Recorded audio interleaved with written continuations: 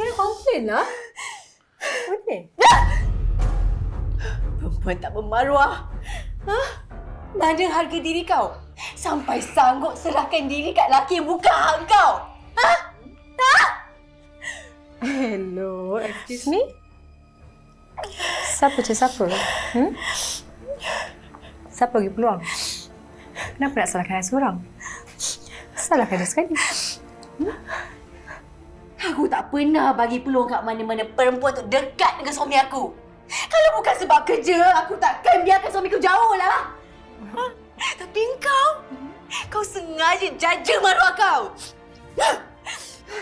Aku jaja maruah aku? Jangan sentuh aku! Sini. Lepas! Perempuan. Tinggal sini baik Dah. Stop it. Pegang lagi kau setia sangat. Dah. Tanya lagi kau. Dia ni yang cari aku kat rumah kata. Dah. Shut up.